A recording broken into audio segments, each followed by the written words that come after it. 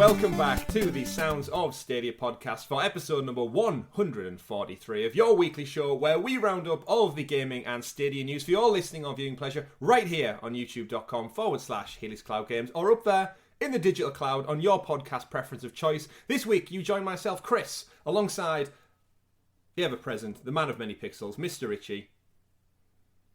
You know what? I'm excited today. We've got some news to share with you guys.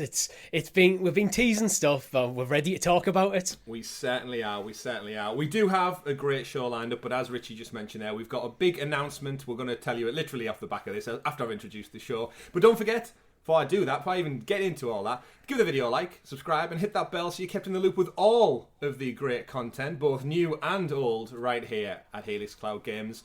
We do appreciate your support. Everyone out there are amazing Helix heroes, and we do have a fantastic show lined up for you. We're going to be talking about plenty of new game trials coming to Stadia. Some new big games have got ratings in countries that don't even seem to have Stadia, which is a bit weird, but we'll get into all that. Some new titles dropped this very week, and a Hideo Kojima game that apparently was coming but is no longer, alongside all of the other great Stadia and gaming news up there in the clouds.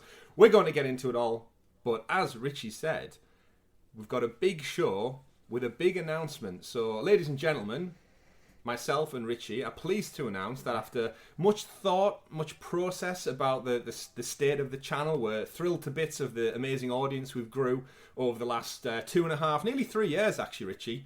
We are, after all, on the cusp of 150 episodes of this very Stadia podcast in a couple of weeks' time.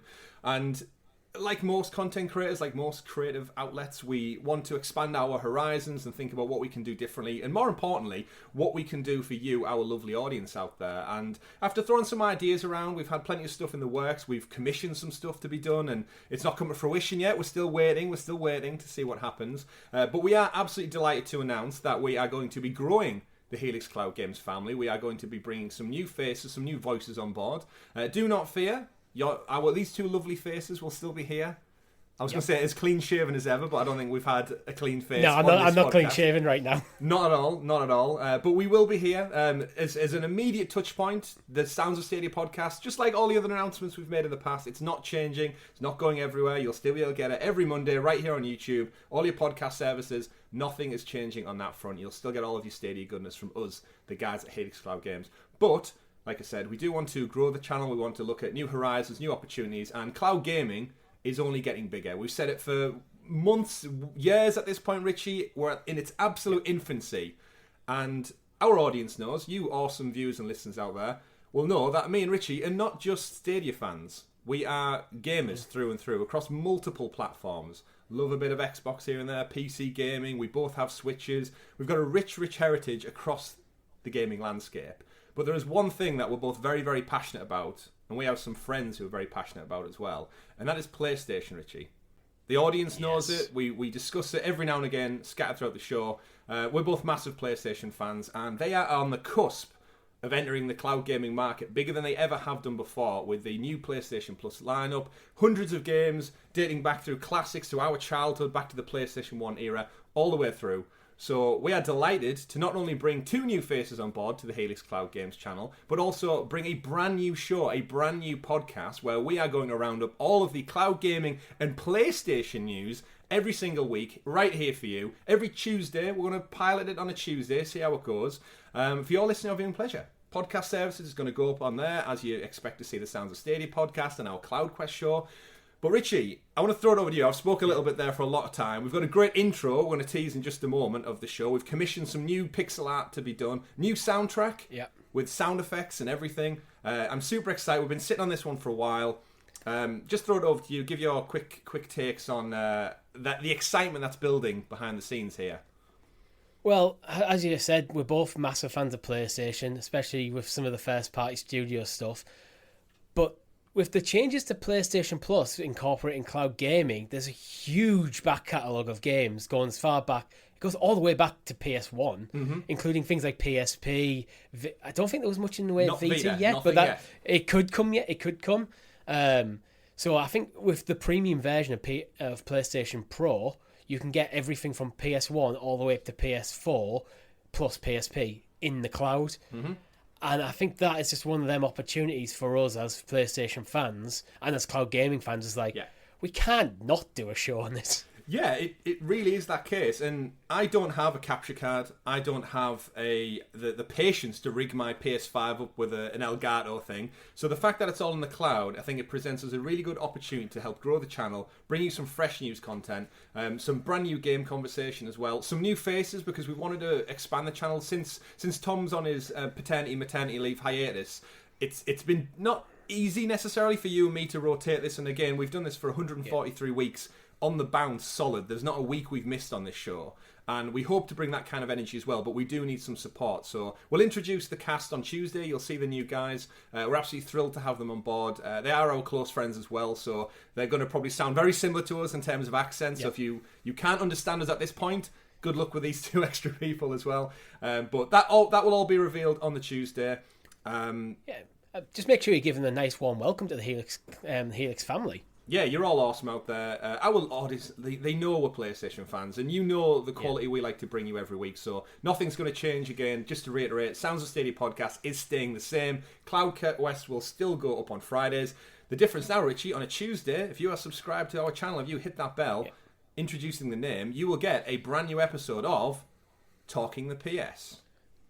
Little play on words there. I'm intrigued to know how this is landing, because I think it's hilarious. When you pitched it to me, it's like, yeah, that's the name of our show. Yeah, so we'll be talking the PS every Tuesday, and we will really just appreciate if you'd come along for the journey. If you don't like it, great, the Stadia content is still here. If you don't like it, great, the cloud content is still there. The live streams will still be there. But what I'm really excited about is digging back into that back catalogue, Richie, of like hundreds and hundreds of games, and bringing our audience along for that crazy journey of experiencing games like Infamous, Ape Escape, Siphon Filter, stuff that I've never had a chance to play as a child in the cloud. Yeah. It's fun, exciting stuff. And the one thing I want to stress as well is we're not actually cutting back on any Stadia content. You're still going to get the same amount of Stadia content coming from us. We're adding more stuff to the channel. Yeah. So if you're worried about us moving away from not covering Stadia, nope, we're still covering Stadia. As Chris has already mentioned, Sounds of Stadia is still going to be there as our Stadia dedicated show. Mm-hmm. CloudQuest is a cloud gaming general show.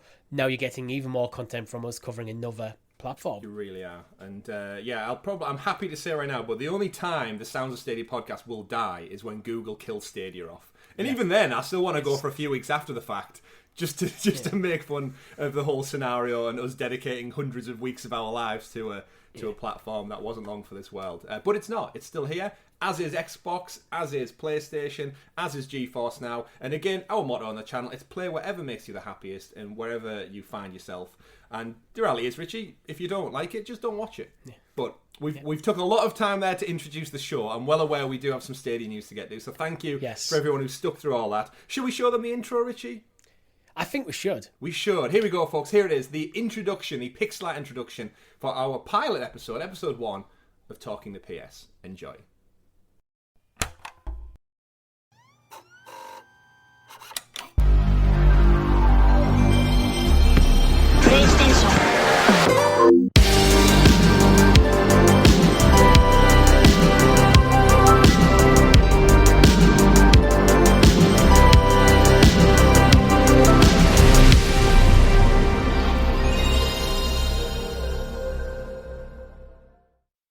And there it was, Richie. Just like that. I love it. And a nice little quick fun fact about the intro for that one. The noise of the disc tray opening up and the power button at the beginning, that's my very own PlayStation 1 from the background. Recorded sound effects by... I'm a musician now, apparently. I'm not really. Podcaster, musician, what are you going to do? But no, again, appreciate everybody. Our Helix Heroes, your support more than ever means the absolute world. It's allowed us to commission introductions like that. Without your support, it wouldn't happen. I mean, it might, but me and Richie might have to fork out from our own bank account. So we've already put a lot into this channel. So we grow thanks to your love and support. So... that's it, Richie. It's off our chest now. It's out into the world. Yep. Secret's out there. We've been talking about this show for months at this point. We've been waiting for the right opportunity. Yeah, and here it is. PlayStation's evolving, Xbox is evolving, Stadia's evolving, Luna's doing something in the States, GeForce Now is evolving every week, Nintendo's doing some stream games as well. It's an exciting time to be a cloud gamer, and we are thrilled to have you along for the ride. But Richie, without further delay... do introduce us to the super sexy special Stadia story segment, aka the news. The news. And do we have a new news routine lined up for the new show? You're damn right we do, Yeah, people. we do. You're damn right we do. Right, Stadia news. Back to it, folks. We've got a great show lined up, as I did mention. Story number 1 of the week is Capcom had a showcase after the Summer Games Fest event. After they teased a little bit of the RE remake at the State of Play from PlayStation, they decided to go all out and do their own thing as well. And that has brought us some more Resident Evil Village news, which is exciting for not only Google Stadia, but you and me as big Resident Evil Village fans. There is a whole playthrough up on the channel right now where we jump out of our skin several times over. And I guess we have to do it all over again, right, Richie? Yeah, but this time we'll do it in third person. Oh, spoilers, that's right.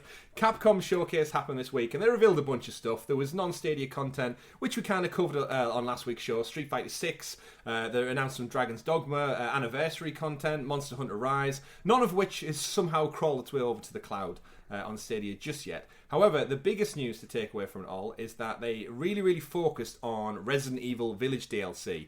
Now, I think we all kind of expected there was going to be some story content coming along, because that's just, it was their top-selling game of last year, so why wouldn't they go back to that well? And they've teased us with a single-player story expansion called Shadows of Rose, which focuses on, of course, anyone, spoilers who've not played the game, it's the little baby, Richie. The little baby's all grown up. Yeah. It is. It's Ethan, the faceless Ethan from Resident Evil Village.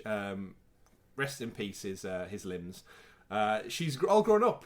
We, of course, got teased at the end of Resident Evil Village of her living her life as a teenager under the supervision, the watchful eye of, I was going to say the FBI, but they've probably got a proper name within the Resident Evil world. And what happens to poor Rose is she seems to go inside the mind of the, what was it called, Mycete? The sludge stuff. The goo. Yeah. It had like a technical name that we both struggled with pronouncing. Yeah. But she goes inside that and it gets a bit trippy. Lots of horror basically plays her in it. So that was the first announcement. In third person as well, which is a deviation from the main campaign. Yeah. And then on top of that, they also announced that Mercenaries mode, which is the kind of guns-ho action kind of, not multiplayer, it's the kind of spin-off content you do after the campaign. It's arcadey. Yeah, arcade version. Yeah. RE Arcade. That's going to have some new characters. You're going to be able to play as Heisenberg. And also Lady Dimitrescu. She's returning as well. The big lady. The big lady's back, indeed. And then the final piece was, as Richie alluded to as well, third-person mode. Plays Ethan in third person for the entire campaign, which was my biggest hype moment of the Capcom showcase. Because I thoroughly loved Resident Evil Village. I enjoyed our playthrough so much. But I'm also a much bigger fan of third-person games. Yeah, I kind of like that they've done this. I'm wondering... I know, well, actually, in the presentation, it's outright said a lot of fans have been asking for it. Mm-hmm. But I'm wondering if because a lot of fans are asking for it, did they commit to doing Rose in third person, then thought, well, actually, this might just work. Mm-hmm. And I'm guessing they've tried out and went, this surprisingly works. It's probably not going to be too much effort to just convert it into third person. Yeah. But the interesting thing is it completely recontextualizes the game. So it will play like a different game entirely. Yeah, it's moments when kind of like the zombie creatures or the mutants or the werewolves, when they lunge at you and grab you in first person, it's very in your face direct. And when he kind of has his limbs attacked and everything, it's very visceral in your face. And from a third person's perspective, you can see more of your surroundings, you know your whereabouts a little bit more, and you can actually witness the character being jumped on essentially, as opposed to just at the camera. So yeah, it's going to make for some. I'm very intrigued the way they're going to have to go into some of the cutscene moments or just the dynamics of kind of the level layout, because there's going to be bits where you're hiding and traversing over the landscape, and it's going to be very different when you can actually see Ethan's whereabouts in relation to the enemies.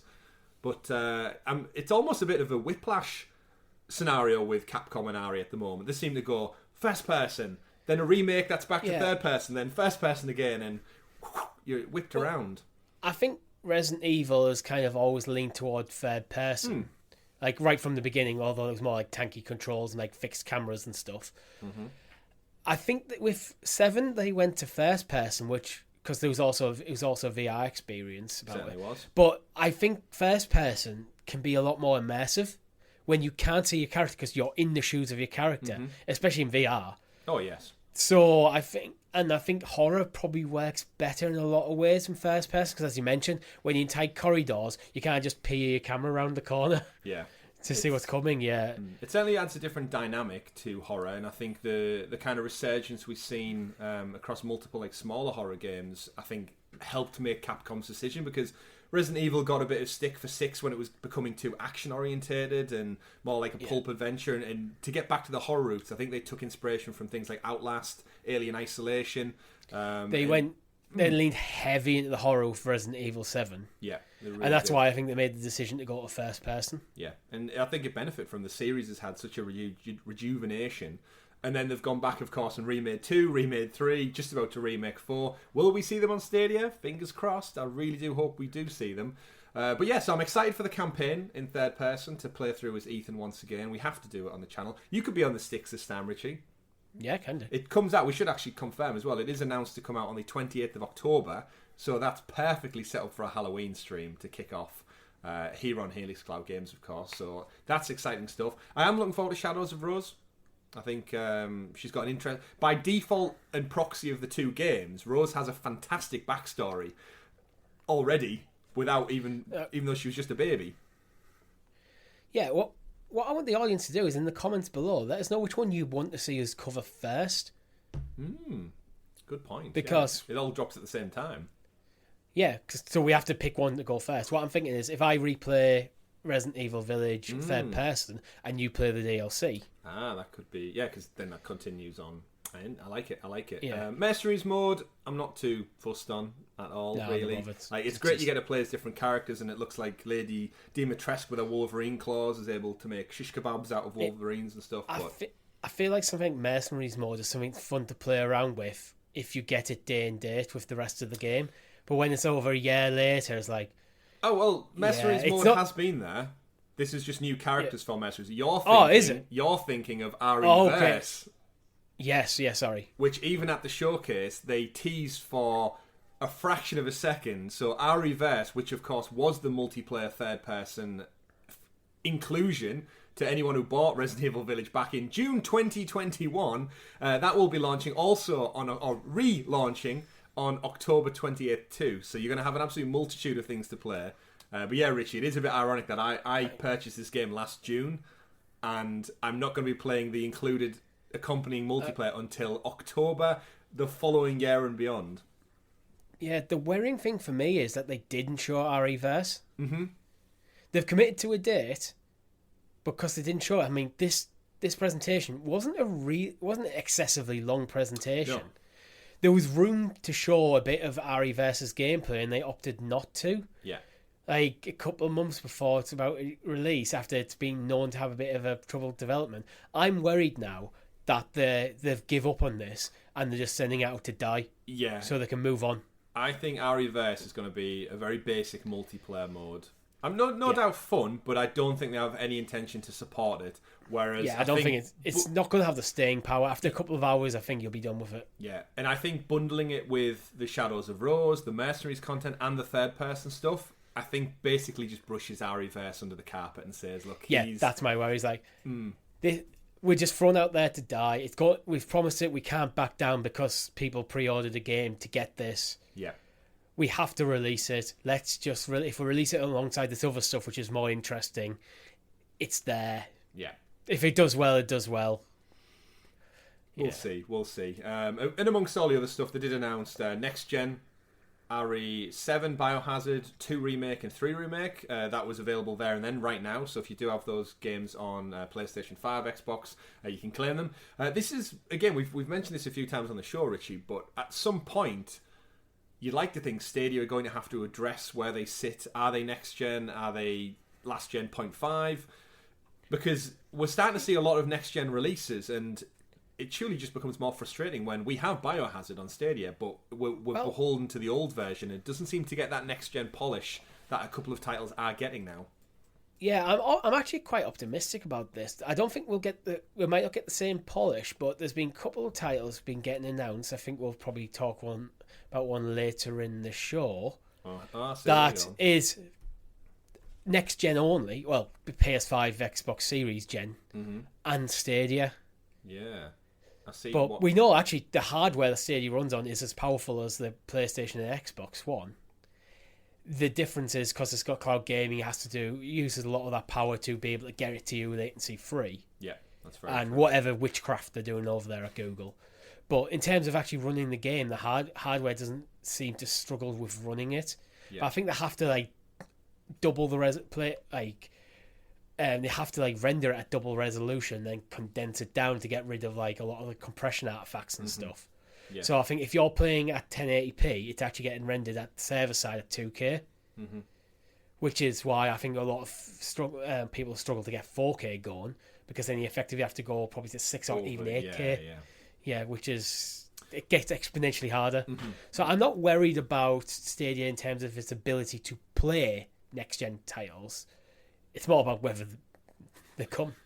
Is it worth, it's that kind of catch-22, is it worth the investment for the sake of however many people might be bothered? It's kind of at the moment we're in that boat with Assassin's Creed Origins. It is worth the investment because it's the investment of the future of your platform. I meant from the developers. Because they're like, well, why? We've sold 2 copies. Why bother?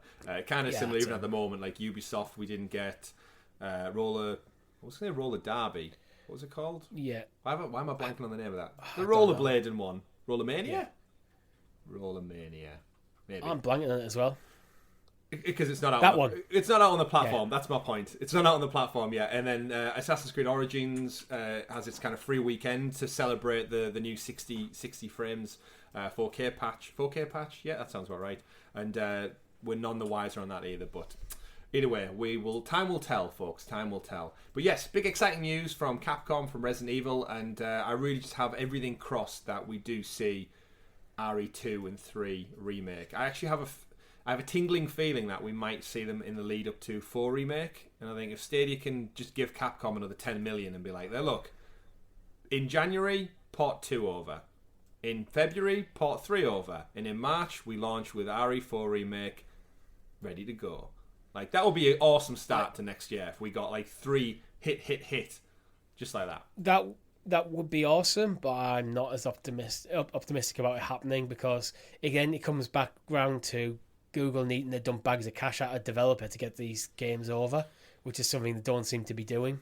Maybe Santa will bring us a surprise. We never know. Maybe. They're on Luna. That's the one thing that kind of gives me hope for it. That I know Luna doesn't run on the same. It's not running on Linux like Stadia is, but Capcom are actively out there porting titles to cloud for. I've got to imagine something. I'm hoping Steam Deck, with that being Linux based, does help. Yeah. Gives it that push to get developers. We'll port this off to Linux so we can get it on Steam Deck, and then Google cannot capitalize on that. Yeah, that's when the low key porting comes in and goes, "Ho, we've got you guys. You've already done all the work Linux wise. Bring it over here. Just bring it over here. Stick it through the conveyor belt, and it'll just shit out a Stadia version on the other end. That's how coding works. Anyway, folks, let's move on to story number 2 of the week. So we had the community blog post. Nice surprise on Tuesday. Didn't know what we were going to get. New game announcements following the Resident Evil news? No. New game announcements following titles to drop this week? No. We got updates regarding some new games on the way via some additional trials on Stadia. Currently, there are now 26 click-to-play trials available right now via stadia.com/trials, with the addition of 9 new titles, Richie. Assassin's Creed Valhalla, Far Cry 6, Far Cry Primal, Outriders, Golf with Your Friends, Lake, Deliver Us the Moon, The Falconeer, Lumort the Master Mode Chronicles, Through the Darkest of Times, and Death Run TV. 9 new games to click to play with no subscription needed, as far as I'm aware. Ready to go. What do you think, Richie? Is this just Stadia trying to literally pull more people in by giving more titles with demos and trials? Yeah, I think we're just going to keep seeing more and more of this. I think as well, Google are using Stadia a bit as a tech demo for immersive stream. Mm-hmm. So having games from multiple different publishers is always going to be good. For them, but I think this is a good thing for Stadia. There's no downside to this. If you're interested in Stadia, you want to see how it works for you, you can try some awesome games out, like Assassin's Creed Valhalla, Outriders, Far Cry 6, all pretty new titles in the last, 1 year? About roughly them three, about a year just old? over a year, yeah. Yep, all AAA. You can see how well that performs for you. So, yeah, if you're interested in Stadia, not sure if I can handle it, jump in, give it a go. Certainly. It's again leaning on that Ubisoft relationship that they do have, but at the same time, we've got PlayStation offering game trials to top tier premium members. We've got Xbox talking about bringing E3 demos and stuff to users via the cloud. And here we are, Stadia just keep doing it. Of course, various time limits on each game. They've all got their own unique time allowances, but it's usually half an hour or an hour depending on the game. Indeed, yeah, an indie game you could put like Death Run TV. If they gave you like 2 hours, you'd probably get your fill out of it maybe in a quick fix. But it's nice to see a good bit of variety. We're not sure how these titles will rotate out, but 26 click-to-play titles is awfully good promotional work right there. You love to see it. I don't think we'll see these rotate out. I think that's it. They're there. There's no I can't see why the developer or publisher would go, oh, we don't want this there now. Yeah, I agree. Because it's just like you get, again, as I said, about half an hour to an hour experience of that game, which is going to be the opening areas. So it's basically going, hey, do you want to play this? The opening probably hour or two of a game anyway is designed to draw you into the game. Yeah. So giving that to people for free and going, you want to buy the game now, please. There's no downside for anyone. That is very true. One of the things I do hope that the Stadia team actually embrace is marketing this. So we've got some big Assassin's Creed news coming up in the next story of the week. We know Far Cry gets its promotional content. Outriders has the World Slayer Fest Year expansion coming out at the end of this month. Deliver Us the Moon has Deliver Us Mars coming out later this year. And Golf with Your Friends just announced some DLC, albeit not coming to Stadia. But what I do really want to see them do is just get behind them and say, look, if you're excited about the new Assassin's Creed expansion, play a trial on Stadia right now. Like, sing it from the rooftops. Don't just post it in a blog post that only Stadia players read. Get it in the YouTube algorithm. Get it out there on advertisements on TV or whatever you need to do to just talk about your platform using all of the hard work you've put in. I was going to say YouTube because what we've just said is here is 9 games. That's 9 YouTube videos. You have you cut a trailer over, and then you end the trailer with try now, completely free. Click the link in the description below. And whatever device you're currently watching that video on, just click the link. You don't need to overkill the Stadia branding on it. Let them find that out when they boot the game up. Just go, hey, you interested in Assassin's Creed Valhalla? He's the trailer. Click to play now. Links in description. 1 hour free. Go. Yeah. And just go click. And then I've never tried any of these trials, but I hope after the end of the trial it goes, would you like to buy it? I'd hope so. It'd be a very missed opportunity if they didn't kind of tease you with the carrot at the end of the stick and say, look, you've just played an hour of Valhalla. Want to play the rest of it for... I mean, it's on sale at the moment as well, so get it in there. But yeah, just do something more with it. You've got this great tech, and you don't shout about it. Like we shout about it. The content creators out there, the audience, the people on social media shout about it more than sometimes the official channels do. So the official Stadia channel has more subs than us, so... I'm glad to know. For them to do it. It's good to know. That is good to know. But yes, so that was part of the community blog this week. Plenty more free trials to check out. We also got some updates on Rainbow Six Siege. Has a Year 7 Season 2 is now live. So if you're a big fan of Rainbow Six Siege, as we are, it's up there too as well. And there's also, from June 23rd through to June 27th, you can also play Rainbow Six Siege without spending a dime. So it looks like we're in for another free weekend, Richie, this week as the show goes live. So the upcoming weekend, off the back of the Assassin's Creed Origins free weekend that we've just enjoyed. Actually, if you're listening to this on the Monday morning, it's still there now for a few more hours. But actually, you know what? It's on offer for like £8.90 something. I bought it. Used my Google Play points. I bought another game on Stadia, Assassin's Creed Origins. Fantastic stuff. So go enjoy it. I should buy it. You should buy it. And then you should do a stream on the channel and I can watch you enjoy it, because it's been many years since I played Origins, so I like to go back in with other people.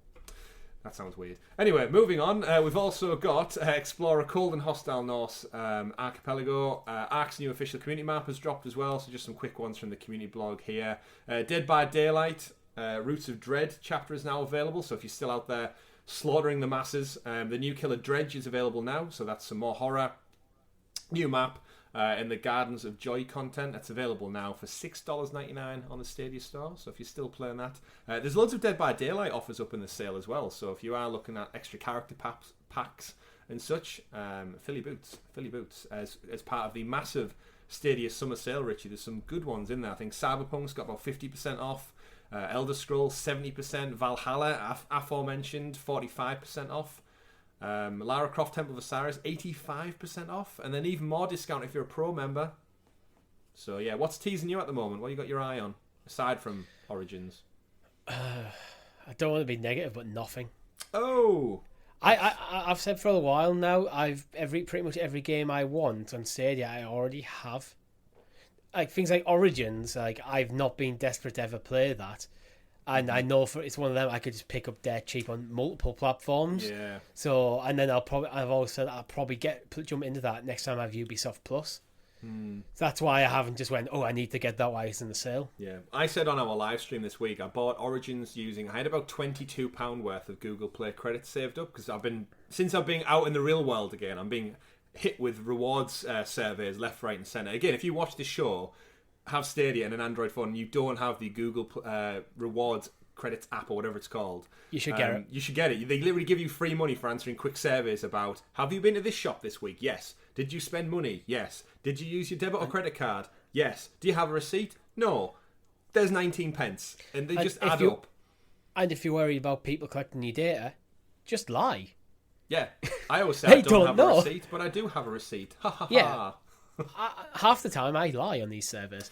Yeah, so I had 22 odd pound, and then I was tempted in by Origins, and then I noticed on Twitter people were saying the deluxe edition of Tom Clancy's Rainbow Six Extraction was the deluxe version was there for like £16-17, and I was like, oh no, I've just spent my points, and I'm now like £1.10 off the amount to cover the cost of the Extraction Deluxe Edition. So plenty of sales out there, folks. Go fill your boots. As I said, a big one for Assassin's Creed Valhalla, which is our next story of the week. We got the final drop, the long-awaited drop of the Discovery Tour Viking Age.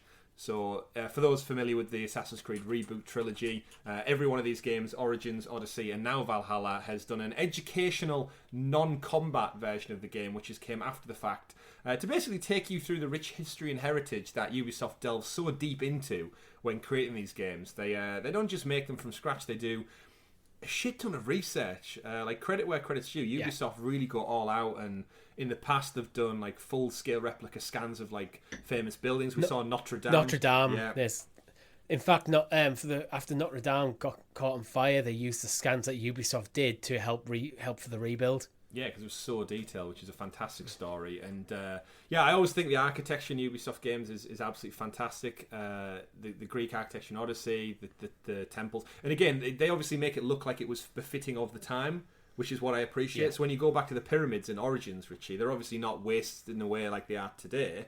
They are brand new with like the nice gold sandblasted for thousands of years. They're like gold capped, and it's like white marble stone, and it's beautiful. All the paint and all the hieroglyphics are all like freshly painted, and it's amazing to run around and walk in.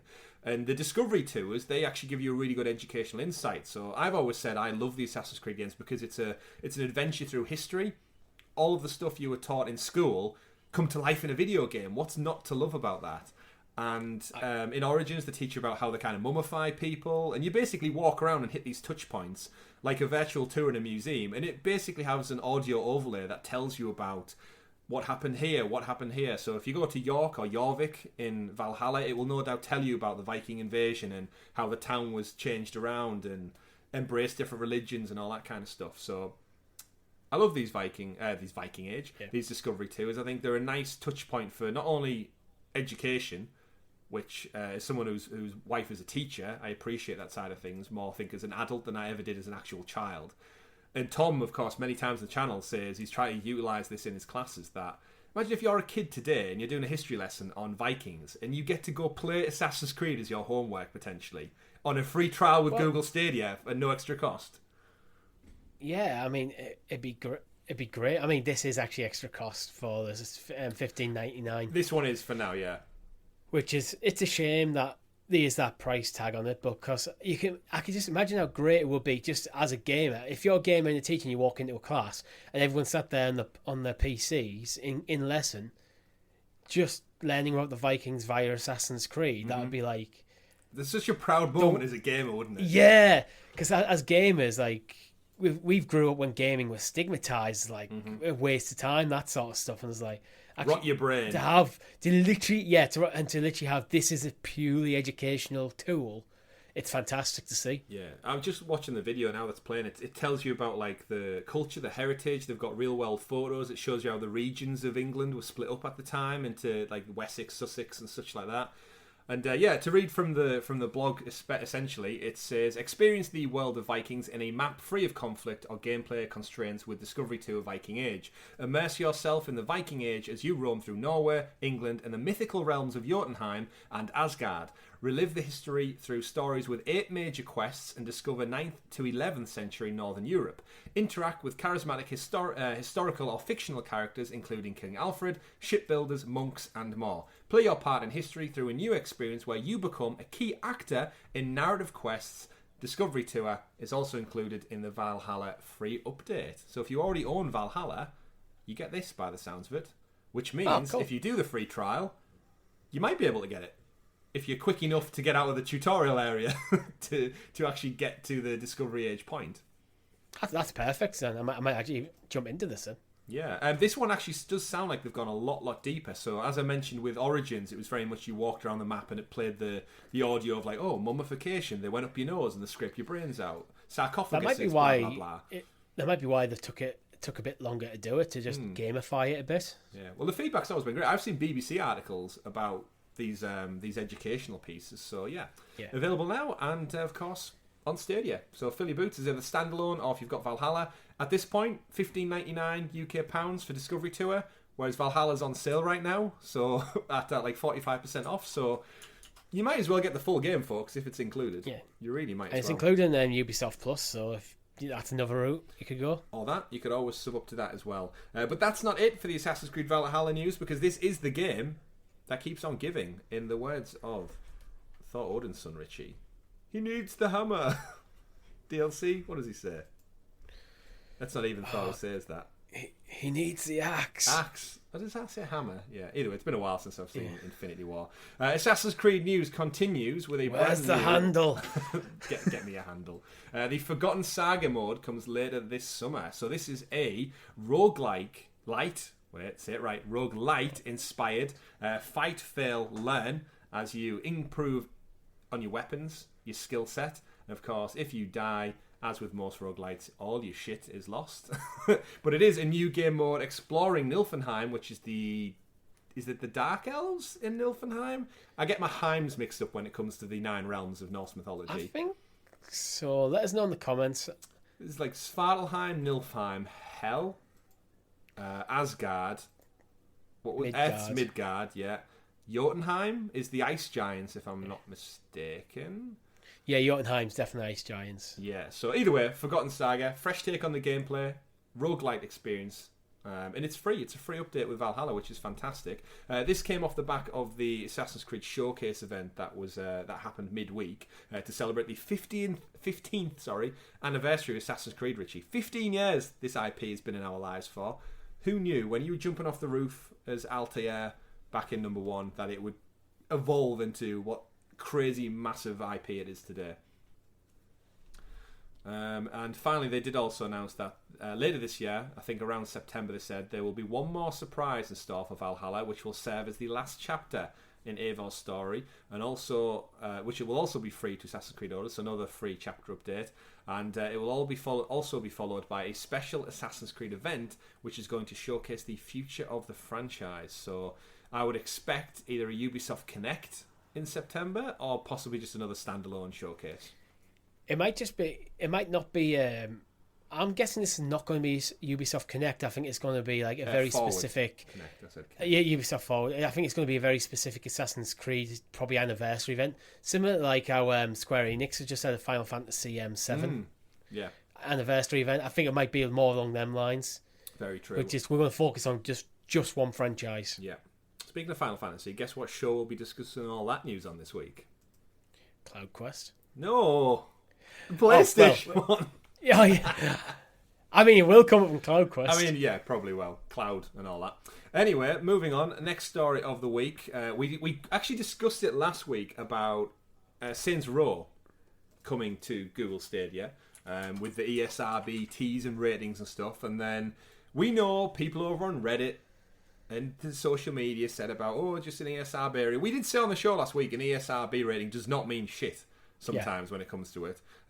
As we'll know from the next story of the week. However, our friend Bryant over at the Nerf Report has done very much a lot of due diligence, and he delved into the coding of the recently released Boss Factory, which is a free-to-download, create your character portion that they've kind of siphoned off before the game launches. I think to kind of build up and just let people get stuck into the creativeness of Saints Row.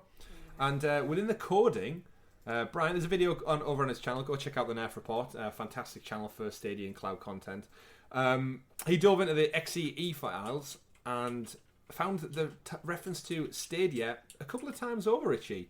I know you've said it before. I think you believe that a version exists or existed for it to be rated. Do you think any more to this coding being included in this particular siphon of the game? It doesn't change my views from last week, where I hope it comes. There's no guarantee it comes, but I believe there is definitely a build out there. God knows what state it's in, but they're clearly planning for it to come to Stadia at one point, at the very least. This coding, it could be strengthened. It could be viewed to be, Saints Row is coming to Stadia. Here's more evidence towards it, or it could be just here's some leftover code. Mm-hmm. It could just be it could just be leftover code from like earlier in development that they just haven't got rid of. Yeah, so this goes back to probably what my take was, because we were originally going to do a retcon ritual potentially about Saints Row and say like, it's ESRB rated, but it doesn't mean that much. However, part of me still holds on to, we had Rainbow Six Extraction in January, right? Did the people at Google and Stadia really think they can get away with the rest of the year and not bring out a AAA game? Like, is that literally their plan, to go all the way through to January next year and give us one AAA title in the second whole year of the platform? Because I think that's taking the piss if they think they can get away with that. Nobody will notice we don't have any of the big titles this year in our third year on the market. Nobody will complain. They'll keep buying all the indie games we put out. No. I think they must have some budget for one freaking game this year. And everything seems to be pointing towards Saints Row more than anything. Like, Ubisoft ones aside, we know we're going to get Avatar Frontiers of Pandora. The next story kind of confirms another title. But Ubisoft are almost a sure bet. Roll of Champions. We're getting Roll of Champions, just not yet. Yeah, that's the name of the game. It skated on back to me eventually. But yeah, like, Richie, like, surely, right, we're not going to go the entirety of 2022 and get one AAA game. Are we? It's looking that way. Oh, could you imagine if we could go back in time and tell you and me this in January when we sat there on the imminent launch of Extraction and said, this is all you're getting? Yeah. And as AAA games go, Extraction is nowhere near a biggie. I mean, it's came and went as far as I'm concerned. Anyway, I think it's fun, it's good, but it did nothing to keep my it came and went, and it's a predominantly multiplayer game. Multiplayer games are designed to be a bit more lasting. Like a AAA single player title that's like, I don't know, a 20-hour long story that can come and go and have a huge impact in the industry. Mm-hmm. A multiplayer title, if that comes and goes in the same time frame, nope, not so much. Yeah, it says a lot. I'm sure it'll have a spike come Halloween when they add more alien people to it, but more people are probably playing Rainbow Six Siege again. You know what? It might have a very quiet but like committed fan base. I hope it does. Again, I imagine no poor ill will on it, but I'd imagine there's a lot of diehard Siege players who occasionally jump on Extraction as a change of pace. Yeah, like a palate cleanser or something for goddamn kicking through the wall, blowing everything up. But we shall see. So Saints Row, it had its ESRB. There's code out there. Now all we need is THQ Nordic and Volition to come out and say, hey, yes, it is actually coming this August, because we're getting very close to August, Richie, and I think the community needs a boon. They need that kind of just, oh yes, we've got a big game. Because other than that, we're just waiting for what? FIFA is the next big one, right? So who knows? Was FIFA actually confirmed? No, but that's what I'm saying. That would be the next. That would be the next one I would expect to come to the platform. Yeah. And we'll have a different conversation when we get to that bridge. Anyway, moving on. As we said, ESRB ratings don't mean anything unless you're a pirate potentially. Skull and Bones has been rated for PlayStation 5, Xbox Series X, PC, and the one and only Google Stadia, but not for the lowly PS4 and Xbox One, Richie. This is where Stadia can come into its own. Skull and Bones is next. With your old consoles, which I have one on my desk. We digress. If we can take that as a win, we'll take it. Yes, Skull and Bones, the long-awaited pirate game spin-off from Assassin's Creed Black Flag, which I was playing on PS3, I'm pretty sure. I had the crossover one. It must be near release at this point, because it's been rated. We don't know what that necessarily means. But it's interesting, the news outlets are picking up on it because it hasn't been rated for last gen, so PS4 and Xbox One versions, which seems to be a trend at the moment. We're now starting to see developers move away from doing multi-platform, cross-platform, cross-generation, which is good. It's been almost 2 years. It's good. I guess the only concern with this, just like Saints Row last week, is... Well, actually, you know what? One, it's a Ubisoft game, so I do think we're getting it. I think that's a safe issue with the Ubisoft and Google connection we've got over here. The odd thing that comes out of all this one, Richie, is the location in which it was rated.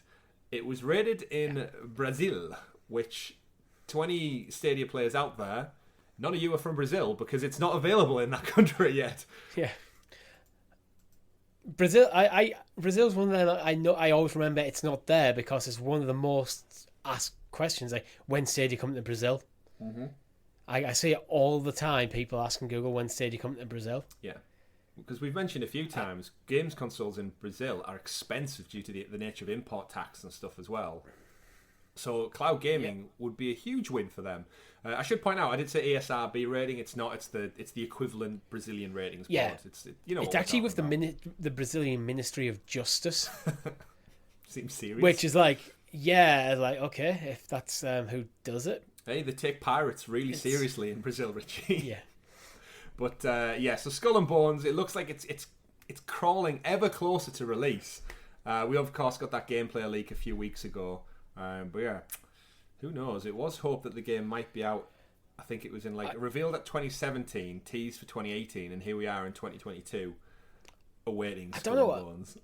I don't know what to make of this. The optimist in me wants to go, oh my god, Stadia's coming to Brazil. Mm-hmm. But the pessimist in me, which is usually the louder voice in my head, is kind of going, this is just leftover code or something. Or they're just... when they've submitted it, they just ticked all the boxes of the platform it's going to. They might have submitted this like PEGI to ESRB to like various boards at the same time, just ticked all the boxes for all the platforms, even if the platform isn't in the country. Mm-hmm. Again, it's an interesting place to be in because I think we're under the impression that if Stadia starts to be listed alongside Next Gen only, it's a free win. If you see PS5, Series X, Stadia and PC, it's a good win to see your name up there with the current gen, next gen tech. It just needs to come to fruition. I don't think Stadia even needs to have the same of like comparable graphics. No. To the local hardware. But it does need to have the library. That's always the sticking point. Well, you know what, Richie? If you're looking for an awesome game to fill out your library, look no further than our next story of the week, because swinging onto the scene is the one and only Mask of Zorro. Zorro, the Chronicles, I think we mentioned on last week's show, was rated.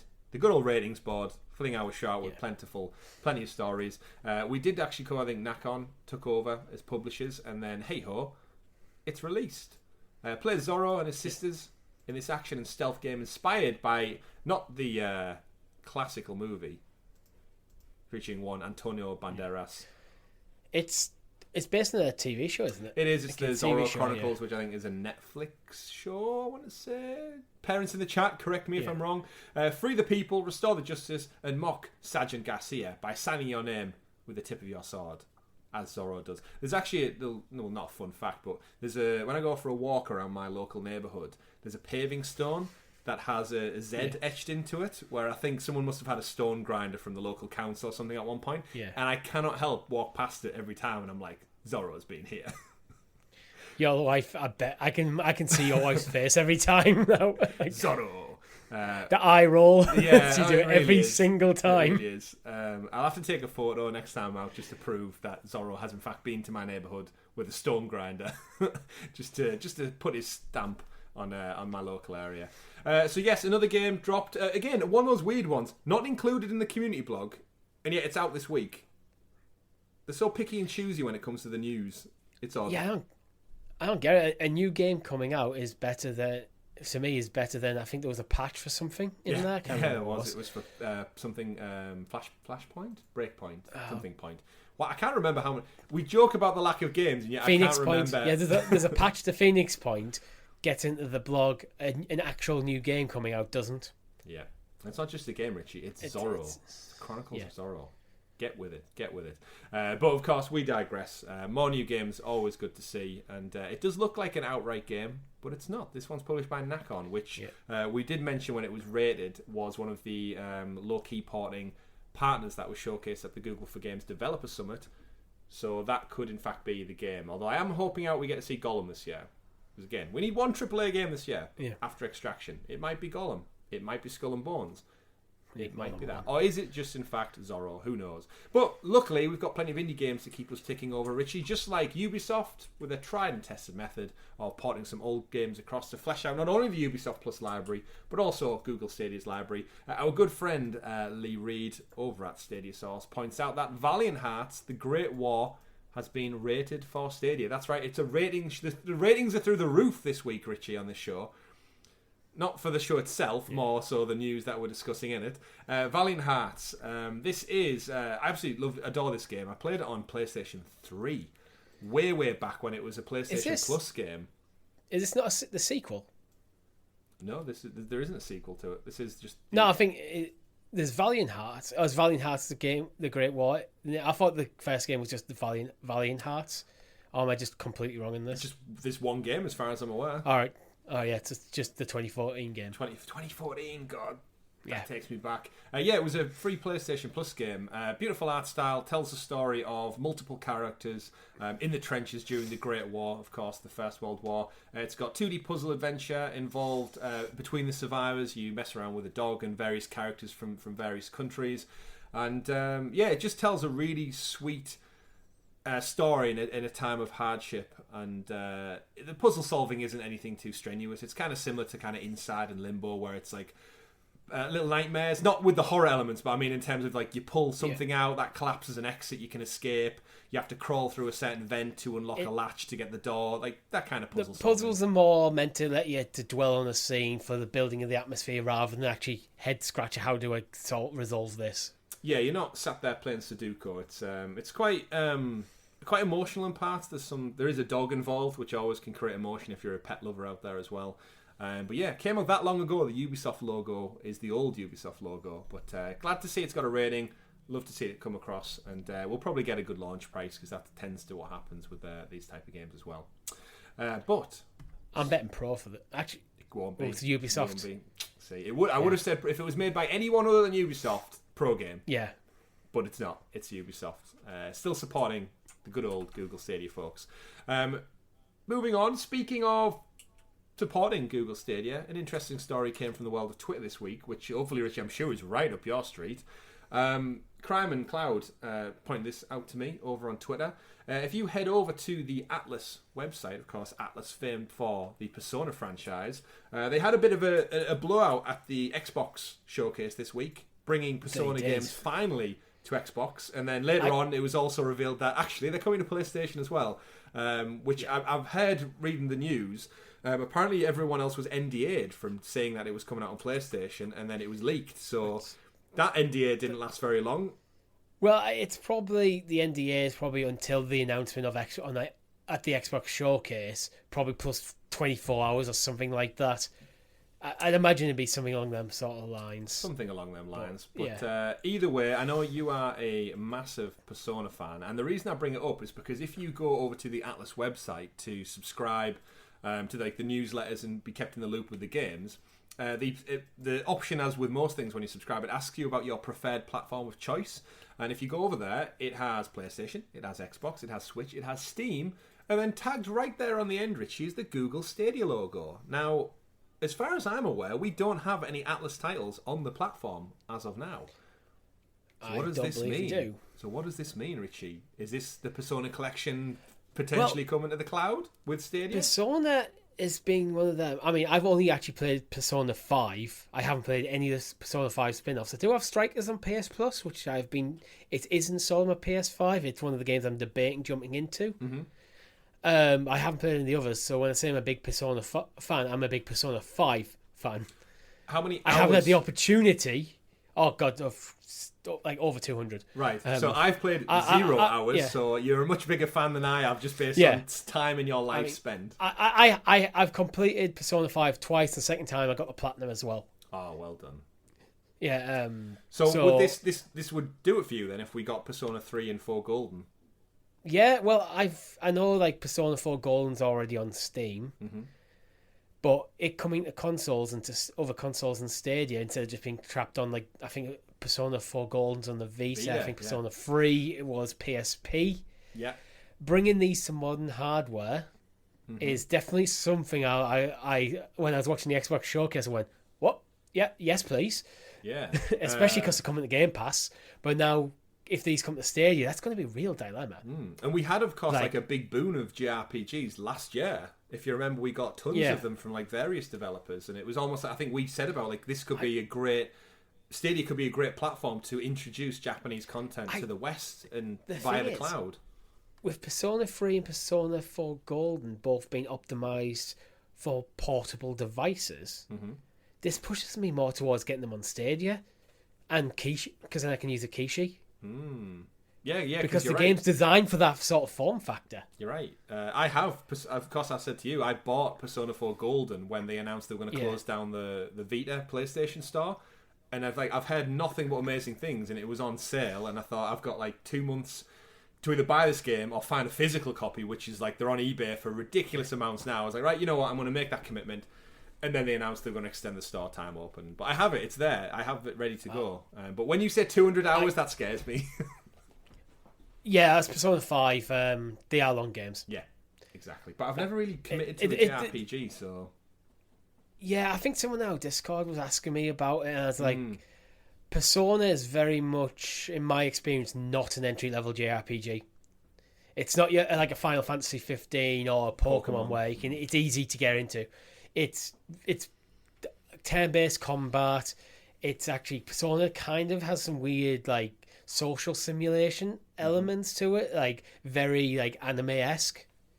Just imagine if you take like a Japanese high school anime and slap a JRPG battle system onto it, and so it works. It's fantastic game. But if you're not into them things, it's probably not for you. Yeah. But if you are into them things, it's probably for you. I'm open to new ideas. I need the right moment in time. It's the same with like the Dark Souls games, like Sekiro. I was tempted by Sekiro. I think it's on offer for like £20 odd at the moment. I'm like, as soon as Sekiro drops down to like a £15 game, I was like, go on, give it a go. Give it a go. 5 is PlayStation Plus, so you should actually have it. Yeah, I do. It's just, again, it's the time. It's a bit. I mean, it's a big long game, but yeah, and I'd like to take it on the move. So, like you said, Stadia would be phenomenal for that. So, fingers crossed. There's some work in the behind the scenes happening with Atlus. Again, Richie, we got to get some AAA games at some point this year. So maybe Atlus is the answer. Persona 5 Royale could be the absolute. That would be a big game to drop this year on Stadia. well, hopefully Atlus will bring us a roadmap of some sort, and we'll see what the future holds. I'm not going to stream it. I'm not playing that game again. 200-hour streams from Richie. But speaking of big, massive things to happen, part of the Xbox franchise showcase also brought us some interesting news as well, that one Hideo Kojima is no longer working exclusively with PlayStation. He still is doing PlayStation. Expect no doubt a Death Stranding 2 or something in the near future. They announced a partnership between Xbox Game Studios and Kojima Productions. And the reason we bring it up is, I'll just read straight from the Xbox blog.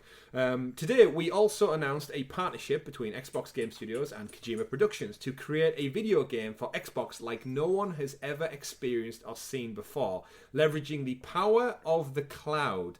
Hideo Kojima is one of the most innovative and creative minds in our industry, and we can't wait to share what our teams will create together. And of course, the big takeaway from that is using the power of the cloud. Now, some of you will recall many, probably months ago at this point, Richie, we recalled an article from VGC that Kojima was actually in discussions with Google Stadia about making a cloud-related title, and some people think that evolved into Death Stranding in some way, shape or form, but the way he likes to think outside the box with his games, apparently he's not very happy with Google and the way it was all handled, which, no surprise there, they haven't been the best in terms of supporting games and or studios, but he's then since obviously branched out. He's got his own studio now he's broke away from Konami, and he's partnered with Xbox to utilise the power of the cloud. I have no idea what this could look like, but no, it's Kojima. Christ knows what this game could be. But it just goes back to. I never thought it was Death Stranding because the timelines did not match up. Because Death Stranding would have been well into development when these potential conversations started happening. That's true. So this was me. I always just assumed that this is the game that he was planning to work on after Death Stranding. I think misspoke, and I meant some of the things he wanted to implement in Death Stranding with like all the other players implement. He couldn't do it because there wasn't enough power. Because I can imagine, because he's very much an artist, an auteur. He's moved away from Konami. Mm-hmm. He's no longer bound to one franchise. He's got a chance to spread his wings a bit. He's come up with all sorts of crazy ideas for Death Stranding, and there's probably stuff he's come up with that won't work unless it's in the cloud. Mm-hmm. We'll shelve that idea, and then we'll talk to the cloud guys. Yeah, and it sounds like he had some probably discussions with Google at some point regarding Stadia and the tech, and no doubt they showcase like, oh look, Assassin's Creed Odyssey running fantastically with no hardware. You can utilize this like power somehow to make a game you've never named for. I could see his eyes almost like glaze over and be like, my brain is going wild with what I could do with this technology now. Utilizing the cloud in some way, like different devices, and connect them across. Like, could you imagine someone like Psycho Mantis jumping through every screen that you possibly own in one go? Yeah. Some crazy shit like that. But evidently, it's going to come to fruition, just not on Stadia. So just like The Quarry, just like Harmonix's game, it's gone. The amazing content has gone elsewhere. And this time it's landed with Xbox Game Studios. So we won't probably hear anything for quite a while. They showed no concept art. They showed no theories or trailers. It was very much just Kojima addressing the camera, happy to work with Xbox. Phil Spencer, thrilled to bits, as are Xbox players and fans. But you know what? It'll probably be coming to Game Pass day one. You can probably, ironically, play it in the cloud. So no limitations or restrictions. Exciting times ahead. Moving on, Richie, to some of our final topics of the week. Just one last quick little one here. Our good friend Duncan, or from Cloud Gaming Extreme and Cloudy with a Chance of Games, reached out to the devs behind Wreckfest. Of course, the racing game, the beat 'em up racing game, I was going to say, on Stadia. And the Wreckfest has been slowly but surely getting a bit of stick out there on social media because they haven't been updating the game with the tournaments that they run, so like the weekly, monthly tournaments to rack up points and customise your car and stuff, your vehicles.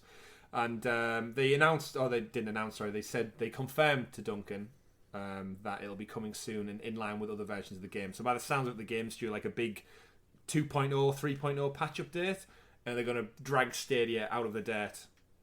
Not Dirt 5, they're going to drag it up in line with other things.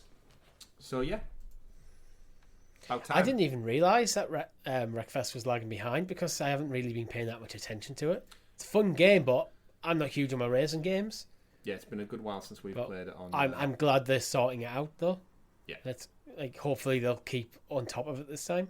It's about time. It's about time. But that is, speaking of time, all we've got for on this week's episode of the Sounds of Stadia podcast, episode number 143 of your weekly Stadia show, where we round up all of the Stadia and cloud gaming news. So you're listening or viewing pleasure right here on youtube.com/Helix Cloud Games, and also up there on the digital podcast of your choice in the cloud. Richie, it's been a fun one. Episode 143, of course. We kickstart the show by telling you, our amazing viewers and listeners who've stuck with us through thick and thin, through all the news, through very dry periods of news, to today. And of course, we're absolutely thrilled that we are branching out a little bit more into some more cloud gaming content under the banner of PlayStation this time out, with our brand new podcast that goes live tomorrow, episode 1 of Talking the PS, where myself, Richie, and our 2 brand new co-hosts, who you'll see very, very soon, as we break down all of the Sony PlayStation news in line with PlayStation Plus, cloud gaming, and other such topics in the same realm of Sony's console. I cannot wait. I'm going to have to change my lights to blue just to get ready for it, Richie. I'm going to have to go wear a PlayStation t-shirt, of which I have a few, so I have to skim through and see. And we're basically just going to nerd out with some more friends, and we'd love you to join us. We really would. And again, thank you to all of our Helix Heroes for your continued support. You not only get early access to content, you get badges, you get stickers, but more importantly, you help us really bring this channel to life and do more content. So we hope you enjoy the show. We'd love to hear some feedback and comments. We're open to changing and adapting things, of course. Even the day, realistically, we're looking to put it out on a Tuesday because we don't want it to clash with this very show. But it's all very flexible at the moment. But we do hope you enjoy it. It's been a long time coming, as I said, and we can't wait to get started on the next chapter of Helix Cloud Games 2. So that's it from me, though. You can find me at CyberChris2077. You can find Richie at RichieC89. And you can find all of us at Helix Cloud Games. But that's it for this show. My name's Chris. And I've been Richie. We've been Sounds of Stadia from Helix Cloud Games. And remember, folks, play whatever makes you the happiest. See you next week. Or tomorrow if you're going to watch the PlayStation podcast. See you then. Goodbye. You should watch it. It's good. Bye. Please do.